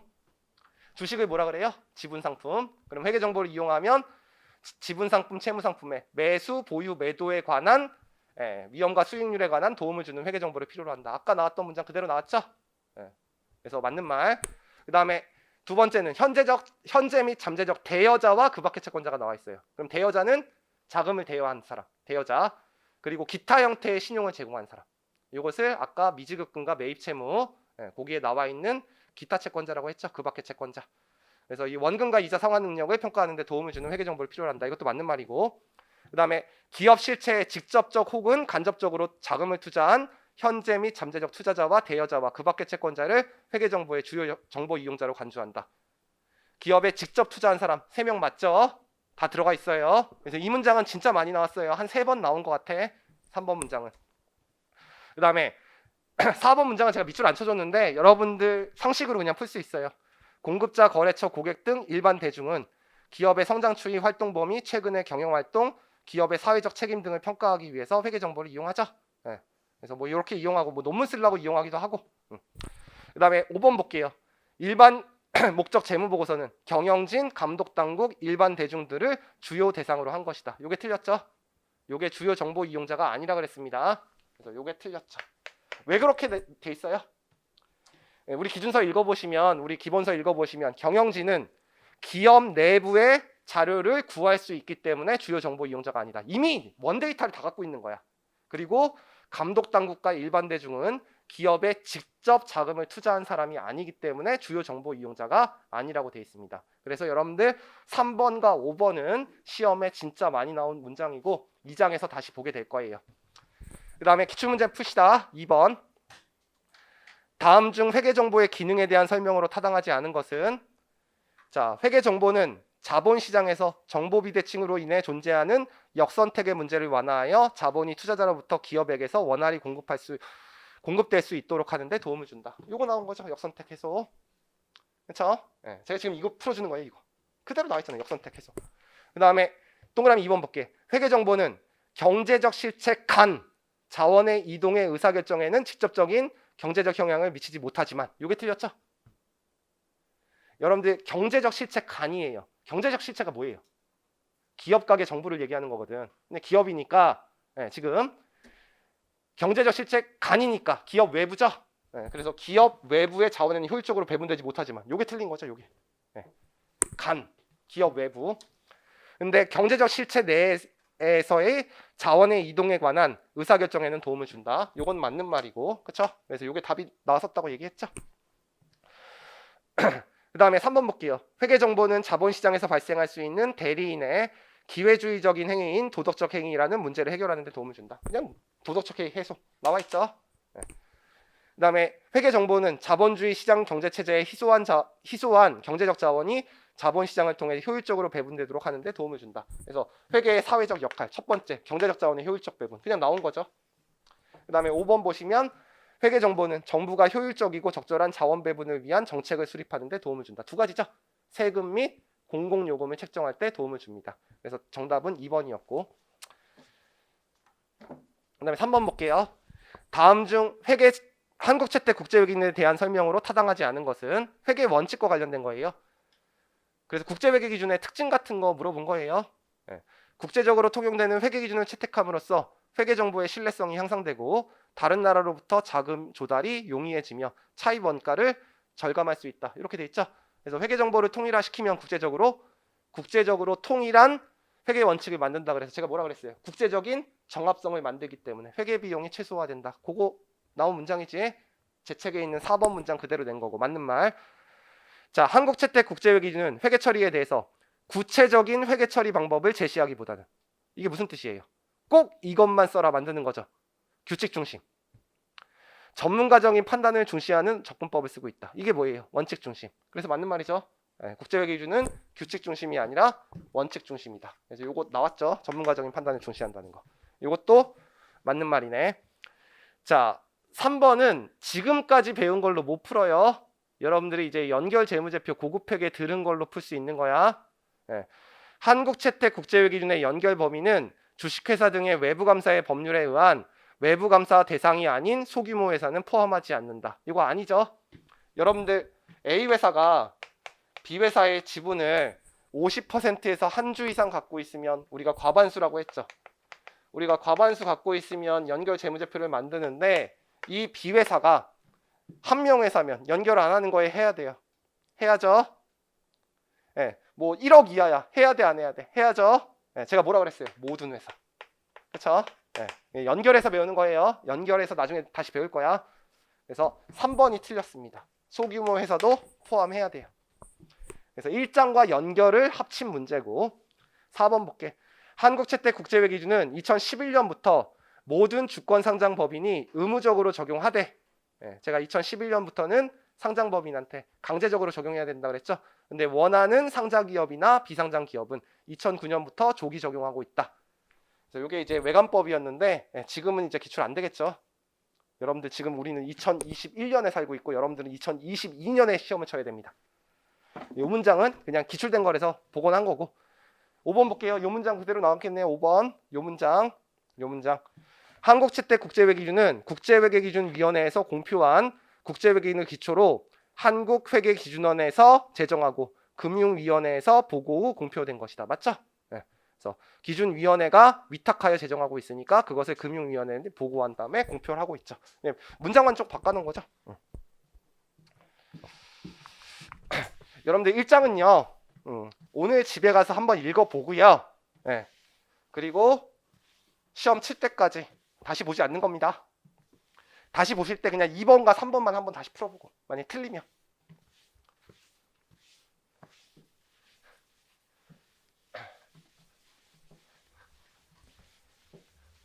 시험에 다시 나올 문장들은 제가 뒤에서 다시 설명했고 여러분들 아마 처음 공부할 때 지금도 아직 의지가 있기 때문에 1장과 2장만 공부 열심히 할 테니까 2장부터가 진짜예요.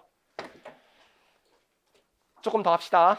여러분들 그 강의를 하는 방법이 4시간 동안 3번 쉬고 50분씩 하는 방법이 있는데 그러면 강의 수가 너무 많아 보여요.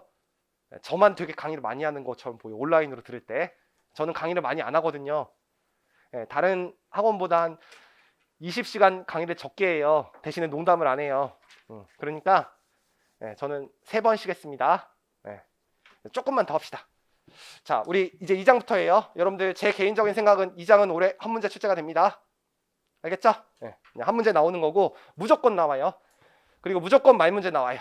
됐죠? 자, 우리 아까 회계 원칙을 제정하는 방법이 두 가지 방법이 있다고 그랬죠. 한 가지 방법이 연역적인 방법, 한 가지 방법이 귀납적인 방법. 현행회계는 연역적인 방법을 주로 쓰고 정치적 방법인 귀납적 방법을 병행해서 쓰고 있는데, 그러면 연역적 방법을 쓰려면 이론이나 명제를 만들어 놔야겠죠. 그래서 그 이론이나 명제를 우리가 뭐라고 부르는 거냐면 재무 보고를 위한 개념 체계라고 합니다. 그래서 우리 한국회계기준원에 들어가 보시면 여러분들이 기준서를 다운받을 수 있는데, 그 다운받을 때 번호가 없는 게 있어요. 이건 번호가 없어요. 번호가 없다는 건 무슨 말이에요? 이건 기준이 아니에요. 기준이 아니고 다른 기준을 만들기 위한 이론 체계를 만들어 놓은 거고, 이제 기준이 1001번부터 있어요. 이 1001번은 뭐냐면 2010년도 이후에 기준이 개정 안 된 거. 옛날에 쓰던 기준이 번호가 개정이 안 된 건 1001번. 그래서 1001번이 재무제표 표시, 그다음에 1004번이 재고자산, 그다음에 유형자산 이런 식으로 돼 있고, 최근에 개정된 건 이제 1100번대예요. 그래서 1109호가 금융자산, 그리고 1038호가 뭐 수익, 이런 식으로 최근에 개정된 게 1100번대. 이렇게. 그래서 어쨌든 이거 기준이 아니다. 이걸 배우는 건데, 이것도 시험 범위예요. 기준은 아니지만.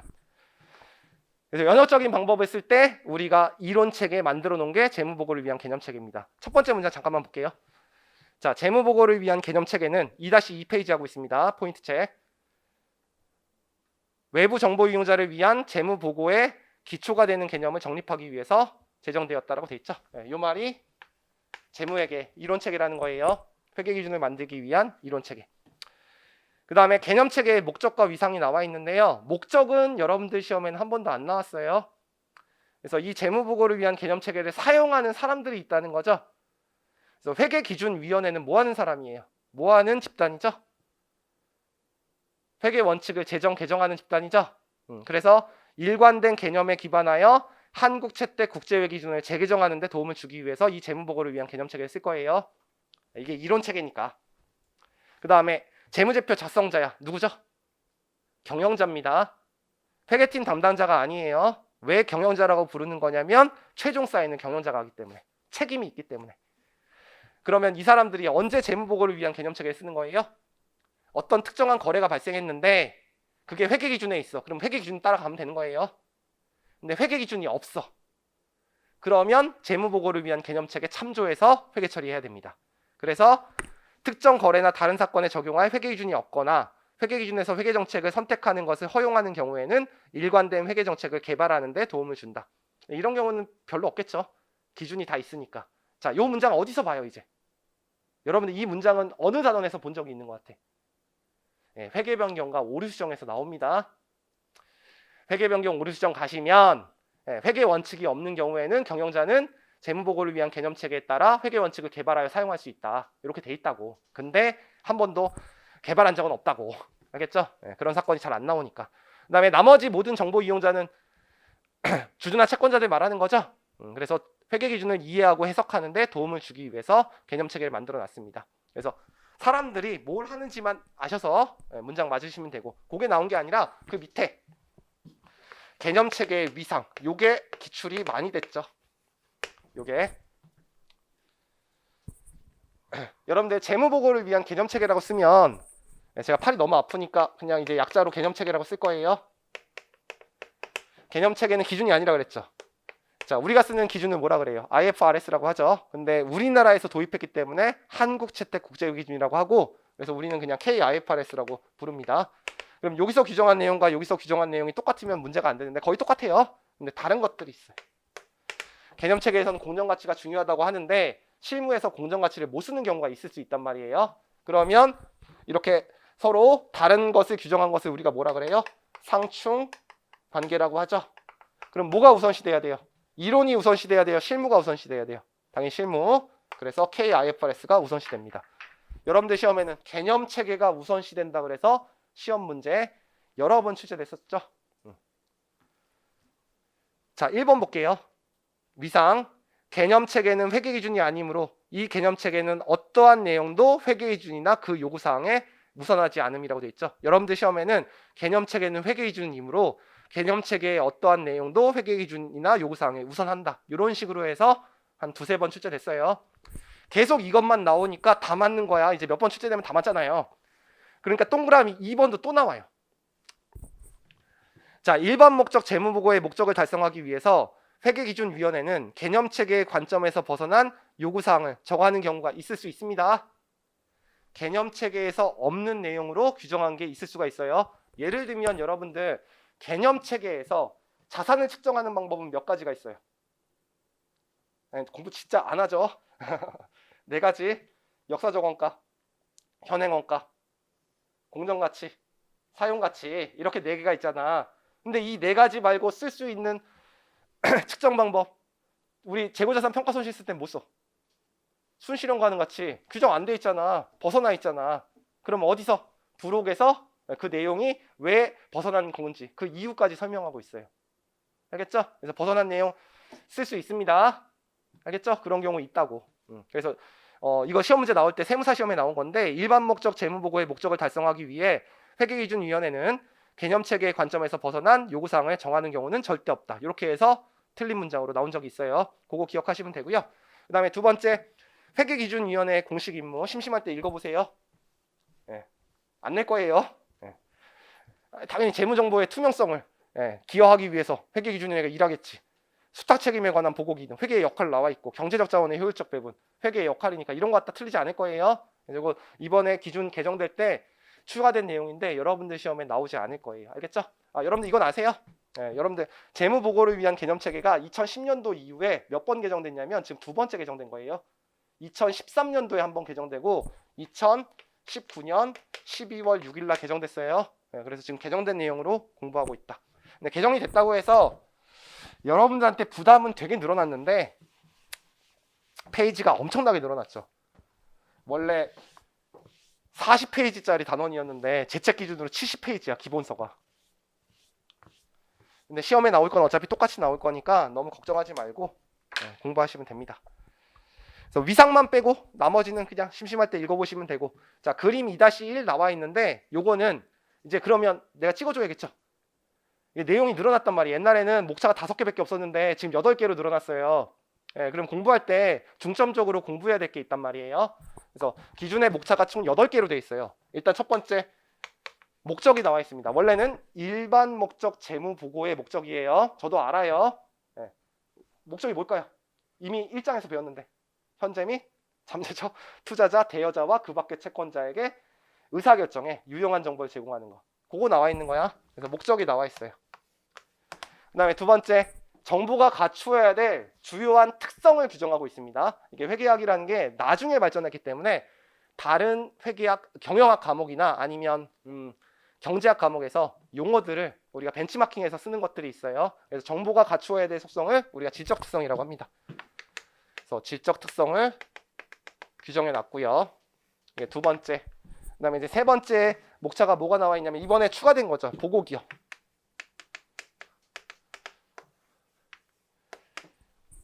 A 회사가 보고할 건데 아니면 B 회사가 보고할 건데 A 회사가 B 회사의 지분을 80% 갖고 있다.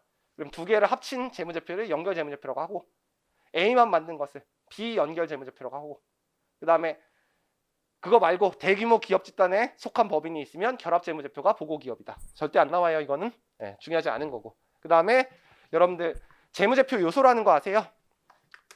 재무제표의 구성 요소. 우리 주요 재무제표가 재무상태표랑 포괄손익계산서니까 재무상태표의 구성 요소는 자산부채 자본이죠. 그리고 포괄손익계산서의 구성 요소는 수익 비용입니다. 요 5가지를 재무제표의 요소라고 하는데 거기에 뜻이 뭔데? 정의. 그 다음에 인식은 언제 할 건데? 재무제표에 언제 분개할 건데? 그리고 언제 재무제표에서 삭제할 건데? 인식과 제거. 요게 추가됐죠. 이게 추가된 거고 요거 추가된 겁니다. 그리고 금액은 얼마로 할 건데? 측정. 그리고 표시하고 공시할 때 조금 조심할 사항. 그래서 표시와 공시 이렇게 돼 있죠. 그래서 하나, 둘, 셋, 넷, 다, 여, 7개네 주제가. 그 다음에 하나가 더 있는 게 자본 유지 개념. 요건 원래 있던 거고. 요게 추가됐죠. 그래서 하나, 둘, 세 개가 추가됐고, 요거랑 요게 약간 개정됐고, 요것도 약간 개정됐고, 예, 여기는 별로 개정 안 됐고, 예, 이렇게 나와 있습니다. 예, 여러분들 시험에는 요거 요즘에 자주 나와요. 예, 요것도 공부하셔야 되고, 이게 제일 많이 나와요. 제일 중요해. 됐죠? 예, 나 같으면 보고 기업 안 봐요. 그냥 한번 읽어는 줄 거야. 혹시 모르니까 욕 먹을까봐. 그리고 정의. 그냥 한번 읽어보세요. 이거는 충당부채나 아니면 다른 자산 항목 공부할 때 필요하니까 그냥 공부하는 거고. 인식 이것도 별로 중요하지 않아요. 측정 이건 중요하죠. 제가 얼마 전에 여기서 강의 저랑 같이 했던 사람이 기출문제 풀어줬죠. 작년에 세무사 시험에도 한 문제 나왔고 회계사 시험에도 한 문제 나왔죠. 세무사 시험에만 한 문제 나왔구나. 회계사 시험은 아니고. 이렇게 중요하고 요거 중요하고. 그래서 1순위는 요게 나오고요. 그 다음에 이게 많이 나왔고 그 다음에 이게 세 번째고 요거는 회계사 시험에는 자주 안 나왔습니다. 알겠죠? 비중이 좀 떨어져요. 공부할 거는 이렇게 공부하시고 요거랑 요거랑 요거는 중요하지 않다. 체크를 거기다 해놓으시면 되죠. 2-11페이지. 그래서 3페이지 보시면 이제 일반 목적 재무보고의 목적이 나와 있습니다. 일반 목적 재무보고의 목적. 요거는 나와요. 그래서 별표 쳐놓고 제목에다가 공부하셔야 돼요. 읽어보시고.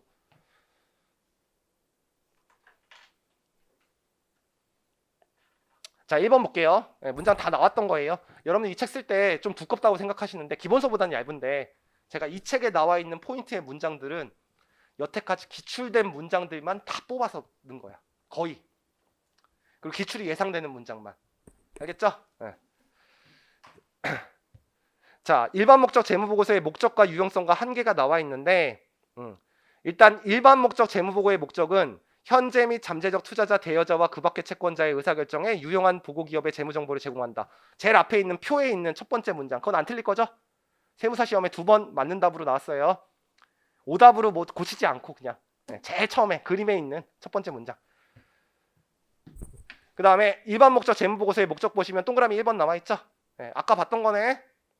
일반 목적 재무보고의 목적은 현재 및 잠재적 투자자, 대여자, 그 밖의 채권자가 기업의 자원을 제공하는 것에 대한 의사결정을 할 때 유용한 보고기업의 재무정보를 제공하는 것이다 라는 문장이고, 그때 투자자는 지분상품, 채무상품의 매수, 매도, 보유를 할 때 의사결정을 할 때 도움을 준다 그랬죠. 그리고 대여자, 대여 나와있죠. 그 다음에 그 밖의 채권자, 기타 형태의 신용을 제공 또는 결제. 1장에서 봤던 문장이죠. 넘어갈게요. 그 다음에 2번과 3번은 그냥 한번 읽어보시고요. 일반 목적 재무보고서의 유용성. 일반 목적 재무보고서의 유용성 찾았어요? 거기에 동그라미 2번. 자, 일반 목적 재무보고서는 보고기업의 가치를 보여주기 위해서 고안된 것이 아니라 현재 및 잠재적 투자자, 대여자, 그 밖의 채권자가 보고기업의 가치를 추정하는 데 도움이 되는 정보를 제공하는 것이다. 이거 나오면 맞을 수 있겠어요? 그래서 시험 문제에 이렇게 나와요. 일반 목적 재무보고서는 보고기업의 가치를 보여주기 위해서 고안된 것이다. 그럼 틀린 문장입니다. 여러분들 왜 그런 거죠? 여러분들 보고기업의 가치라는 것은 사실 주가에다가 주식수를 곱한 거예요. 근데 우리가 회계정보를 제공하는 재무상태표의 자본금액과는 다르게 되죠. 왜냐하면 자산과 부채는 4가지 평가 방법으로 측정되기 때문에 공정가치로 반영되는 숫자들은 그렇게 크지 않잖아. 금융자산이나 유형자산이나 투자부동산에 재평가 모형이나 공정가치 모형을 적용하는 회사들만 공정가치로 돼 있죠. 그래서 실질을 반영하지 못하죠. 그래서 이 회계정보를 이용해서 가공해서 주가를 평가하는 거야. 그 주가를 평가하는 가공해서 평가하는 방법은 누구한테 배우는 거예요? 윤민호 교수님. 그래서 우리가 내가 이거 공식을 쓸 수는 없어요. 여기다가 뭐 여러분한테 자본시장선의 공식을 지금 써줄 수는 없잖아. 그러니까 기업의 가치를 평가하는 게 있으면 어떤 공식에 의해서 이렇게 기업의 가치를 평가하게 되는데 회계정보가 이 가치의 투입 변수로 쓰이는 거지 회계정보 자체가 가치를 얘기하는 게 아니죠. 그래서 투입 변수로 쓰이기 때문에 이제 나중에 예측 가치를 갖게 됩니다. 그 다음에 회계정보 일반 목적 재무보고의 주요 정보 이용자라고 돼 있죠. 그래서 현재 및 잠재적 투자자, 대여자, 그 밖의 채권자가 주요 정보 이용자이고요. 이제 또 나왔네. 경영진, 감독당국, 일반 대중들을 주요 대상으로 한 것이 아니라고 돼 있죠. 경영진, 감독당국, 일반 대중 다 동그라미 쳐놓고요. 여러 번 나왔으니까 경영진, 감독당국, 일반 대중 주요 정보 이용자가 아닙니다. 아까도 설명했죠. 경영진은 내부에서 자료를 구할 수 있기 때문에 주요 정보 이용자가 아니라고 돼 있고 우리 기준서에. 그리고 감독당국과 일반 대중은 직접 간접으로 자금을 투자한 사람이 아니기 때문에 주요 정보 이용자가 아니다. 그거 알아두시고, 그 다음에 일반 목적 재무보고서의 한계인데요. 여러분들이 원하는 재무정보가 재무상태표와 포괄손익계산서와 자본변동표와 현금흐름표 주석에 다 포함되어 있어요? 아니면 모르는 정보도 있어요? 모든 정보 다 제공할 수 있어요? 없어요?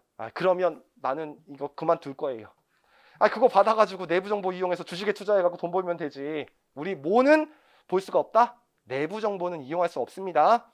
그래서 일반 목적 재무보고서는 현재 및 잠재적 투자자, 대여자와 그 밖의 채권자가 필요로 하는 모든 정보를 제공하지 않으며 제공할 수 없다. 이 문장도 세무사 시험에 최근에 한 2번 나왔어요. 그 다음에 두 번째 볼게요. 재무보고서는 정확한 서술보다는 상당 부분의 추정, 판단, 모형에 근거한다. 이것도 한계죠. 추정된 숫자가 들어가기 때문에. 여러분들 우리가 회계 처리할 때 추정된 숫자가 들어가는 거 기억나는 거 있어요? 우리 금융자산 잡을 때 기대신용 손실 충당금 잡죠? 추정된 금액이죠. 우리 금액과 시기가 불확실한 부채, 충당부채도 추정된 금액이죠. 그러니까 한계가 있을 수밖에 없어요. 정확한 금액이 아니기 때문에. 그리고 각 주요 정보 이용자들의 정보 수요 및 욕구는 다르고 상충되기도 한다. 그래서 채권자에게 유리한 회계 처리, 주주에게 유리한 회계 처리가 있을 수가 있습니다. 어쩔 수 없는 거예요.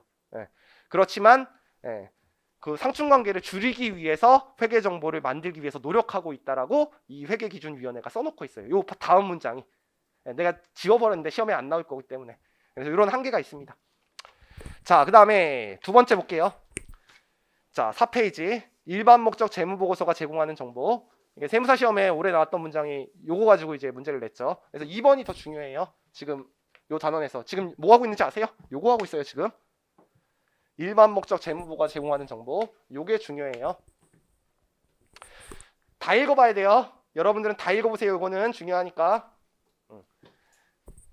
제목이 뭐라고 되어 있냐면 일반 목적 재무 보고서가 제공하는 정보라고 되어 있어요. 여러분들 재무 보고가 뭐예요? 재무제표 플러스 알파죠. 재무제표 플러스 비재무 정보 들어간 거. 요까지 알겠어? 일반 목적 들어간 게 뭐예요? 일반 목적의 반대말이 특수 목적이죠. 그러니까 현재 및 잠재적 투자자, 대여자, 그 다음에 그 밖의 채권자에게 유용한 정보를 제공하면 다른 사람들도 그걸 다 이용할 수 있다. 그래서 공통된 수용을 추적할 수 있기 때문에 일반 목적 재무보고라고 하는 거죠. 그럼 얘네들은 제공하는 정보가 뭘 통해서 정보를 제공해요? 숫자로 된 정보? 재무제표. 그러면 일반 목적 재무보고서가 제공하는 정보는 재무제표이다. 이렇게 써놓으면 되죠? 근데 이걸 말을 되게 어렵게 만들었단 말이야. 요 재무제표는 재무상태표, 포괄손익계산서, 자본변동표, 현금흐름표로 돼 있죠? 그래서 이걸 두 개로 나눠놨어요. 어떻게 나눠놨죠? 얘가 제공하는 정보는 두 가지로 돼 있다. 첫 번째가 경제적 자원과 청구권. 이렇게 써놨단 말이야. 여러분들 경제적 자원은 뜻이 뭐예요? 과거 사건의 결과 기업이 통제하고 있는 경제적 자원. 경제적 자원은 미래에 경제적 효익을 창출할 수 있는 잠재력을 지닌 권리. 뭐라 그래요? 자산. 청구권은 채권자의 청구권을 뭐라 그래요? 부채. 주주에 대한 청구권을 자본. 그럼 자산 부채. 자본에 대한 정보를 제공하는 거네. 그러면 요거 뭐라고 부르는 거예요? 재무상태표 지보. 그래서 이렇게 써놨단 말이야. 그냥 재무상태표 보고하면 된다 그랬지. 이거 경제적 자원과 청구권이라고 어렵게 만들어놨다고. 됐죠? 그 다음에 경제적 자원과 청구권의 변동이에요. 그럼 자산이 100원 있다가 자산이 120원으로 올라갔다는 거야. 그럼 자산이 100원이었다가 120원으로 올라가려면 무슨 거래가 일어나야 돼? 자산 20원 잡고 반대편에 수익 잡는 거래. 그럼 수익을 잡는 거래는 무슨 거래라고 해요? 손익거래. 그럼 손익거래를 통해서 자산, 부채, 자본이 변동될 수 있죠. 또는 자산이 20원 잡은 다음에 반대편에 자본금 잡을 수도 있죠. 그거는 손익거래가 아니라 자본거래라고 부르죠. 자본을 직접 변화시키죠. 그래서 이걸 변화시킬 수 있는 거래는 크게 손익거래랑 자본거래로 나눕니다. 그럼 손익거래는 수익과 비용이니까 재무 성과에 기인한 변동이 있고요.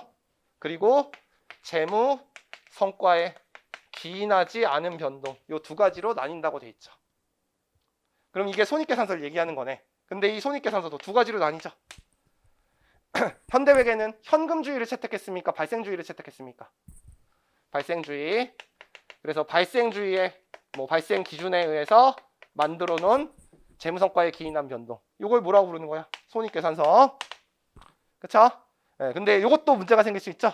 네, 우리가 수익은 전부 다 외상 매출이고, 그 다음에 비용은 전부 다 현금 매입이면, 발생주의로는 이익이 발생하지만 현금 흐름은 손실이 발생할 수도 있어요. 그래서 과거 현금 흐름에 기반한 재무성과. 이거를 뭐라고 부르는 거예요? 현금 흐름표라고 부르는 거네. 그쵸? 그리고 재무성과에 기인하지 않고 바로 자산과 자본이 잡히는 거. 이걸 자본거래라고 하는 거죠. 그럼 여기는 어디다가? 자본 변동표에다가 반영하겠네. 그러니까 사실은 뭐라고 돼 있냐면 일반 목적 재무서가 제공하는 정보는 재무제표를 제공하는 거잖아. 그럼 재무상태표, 포괄손익계산서, 현금흐름표, 자본변동표, 주석을 공시한다. 이렇게 하면 돼. 내가 공부할 때 그렇게 돼 있었다고. 용어를 바꿔놨어. 일반 목적 재무보고서가 제공하는 정보는 경제적 자원과 청구권에 대한 정보다. 재무상태표 얘기하는 거예요. 그리고 경제적 자원과 청구권의 변동은 크게 두 가지에 의해서 나타낸다. 재무성과에 기인한 변동과 재무성과에 기인하지 않은 변동. 여기서 중요한 게 여러분들 시험에는 여기서 시험 문제가 나오면 요거 갖다 장난쳐.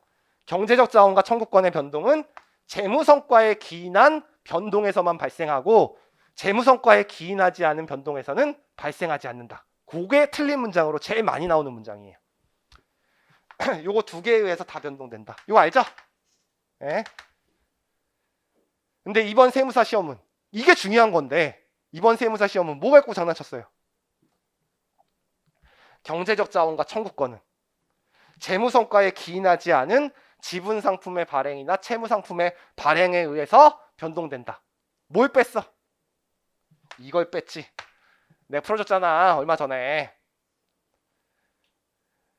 뭐 말이냐면 원래 원문이 경제적 자원과 청구권의 변동은 재무성과에 기인한 변동에 의해서 발생하고 재무성과에 기인하지 않은 변동, 채무상품과 지분상품에 의한 변동에 의해서 발생한다. 이게 원문인데 경제적 자원과 청구권의 변동에서 이 변동, 의 변동을 빼버렸어.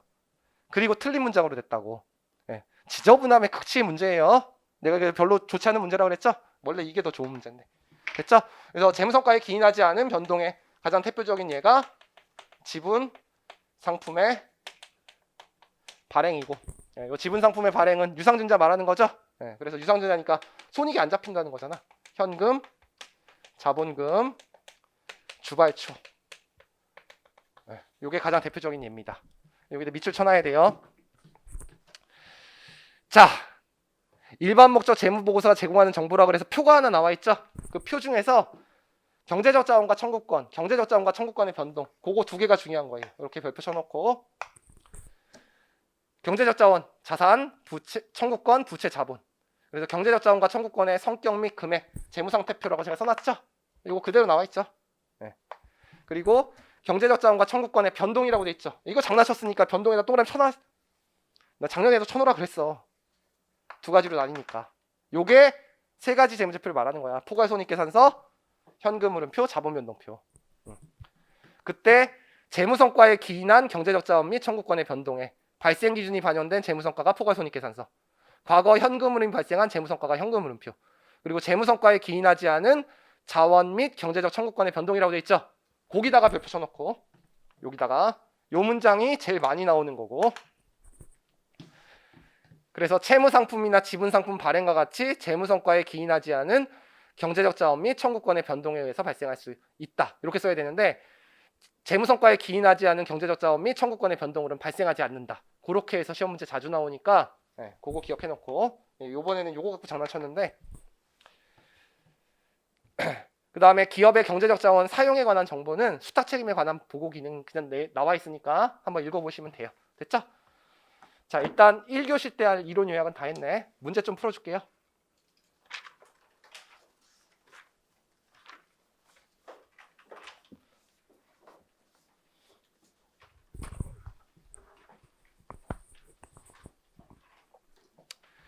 자, 지금 이제 이번 시간에 풀어줄 거는 1번과 2번과 4번 풀어줄 거니까 요 1, 2, 4번은 체크해 놓으세요. 꽤 기출되죠? 네, 기출문제 보시면. 자, 1번 볼게. 자, 재무보고를 위한 개념체계의 목적과 위상에 대한 설명으로 타당하지 않은 것이라고 되어 있어요. 자, 1번 재무보고의 목적이라고 되어 있습니다. 재무보고를 위한 개념체계는 외부 정보 이용자를 위한 재무보고의 기초가 되는 개념을 정립하기 위해서 제정되었다. 이론체계다. 맞는 말이죠? 계속 이거 나오고 있어요. 세무사 시험에. 자, 2번 볼게요. 한국회계기준은 한국회계기준위원회 뭐하는 집단이에요? 한국채택국제회계기준 재정 개정하는데 도움을 주는 집단이죠? 네, 그래서 하는 일이 맞으면 맞는 말. 특정 거래나 다른 사건에 적용할 회계기준이 없거나 회계기준에서 회계정책을 선택할 것을 허용하는 경우에는 재무제표 작성자, 경영자죠. 일관된 회계정책을 개발하는데 도움을 주죠. 그래서 기준이 없으면 재무보고를 위한 개념책에 참조하라는 거고. 자, 나머지 정보 이용자는 이해하고 해석하는데 도움을 주겠죠. 정답은 5번입니다. 5번 볼게요. 개념체계는 회계기준이므로. 일단 틀렸죠? 지워버렸네. 개념체계랑 회계기준은 서로 다르다 그랬잖아.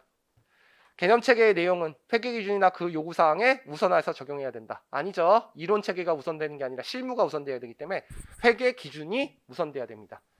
진짜 많이 나왔어요. 이것도 틀린 문장으로 많이 나왔다. 이따 또 보게 될 거야. 계속 기출문제가 반복되는 문장들이 몇 개 있어요. 자, 그 다음에 2016년도 문제인데 이 문제도 그렇게 쉬운 문제가 아니었어. 첫 해 나올 때는. 다음은 재무보고를 위한 개념체계 중 일반 목적 재무보고를 위한 목적에 대한 설명이다. 틀린 것은, 옳지 않은 것은 현재 및 잠재적 투자자와 대여자와 그 밖의 채권자는 일반 목적 재무보고서가 대상으로 하는 주요 정보 이용자이자. 맞죠? 지금 경영진, 일반대중, 그 다음에 감독당국 안 남아 있으니까 맞습니다. 자, 2번 볼게요. 일반 목적 재무보고서는 주요 정보 이용자가 필요로 하는 모든 정보를 제공하지 않으며 제공할 수 없다. 맞는 말이죠? 우리가 기업의 내부 정보는 제공할 수 없습니다. 그 다음에 일반 목적 재무보고서는 주요 정보 이용자가 보고 기업의 가치를 추정하는 데 도움이 되는 정보를 제공한다. 맞죠? 이게 만약에 어떻게 나오면 틀린 문장이에요. 일반 목적 재무보고서는 주요 정보 이용자가 보고 기업의 가치를 보여주는데 초점을 맞춘다. 그럼 틀린 거죠? 가치를 추정하는데 투입 변수로 쓰입니다. 그래서 맞는 말. 회계기준위원회는 재무보고 기준을 제정할 때 주요 이용자가 최대 다수의 수요를 충족하는 정보를 제공하기 위해서 노력할 것이다. 아까 제가 말씀드렸죠. 각 정보 이용자들의 정보 수요 및 욕구는 다르고 상충된다고 했잖아요. 상충이 되니까 우리가 회계 기준을 만들 때는 당연히 보다 많은 사람들의 정보 수요를 만들기 위해서 만들어야겠죠. 그래서 이건 우리 요약서에는 없었지만 이건 맞는 말입니다. 자, 5번 볼게요. 보고 기업의 경영진도 해당 기업에 대한 재무 정보에 관심이 있기 때문에 여기까지 맞아요. 근데 일반 목적 재무 보고서에 의존할 필요가 있다. 그건 아니죠. 주요 정보 이용자가 아니라고 했죠. 왜? 우리 기준을 보면 내부에서 자료를 구할 수 있기 때문이라고 돼 있어요. 해설을 보시면 그 문장의 해설까지 다 나와 있습니다. 자, 4번 볼게요. 그래서 정답은 5번이에요. 자, 4번. 자, 일반 목적 재무 보고서는 보고 기업의 재무 상태에 관한 정보, 즉 기업의 경제적 자원, 보고 기업에 대한 청구권에 관한 정보를 제공하며 여기까지가 무슨 말이에요? 일반 목적 재무 보고서는 재무 상태표 제공한다. 읽혀? 그 다음에 재무 보고서는 보고 기업의 경제적 자원과 청구권을 변동시키는 거래와 그 밖의 사건의 영향에 대한 정보도 제공한다. 맞죠? 요게 뭐예요? 포괄손익계산서, 현금흐름표, 자본변동표. 2번 볼게요. 보고 기업의 경제적 자원과 청구권의 성격 및 금액에 대한 정보. 여기까지. 재무상태표죠.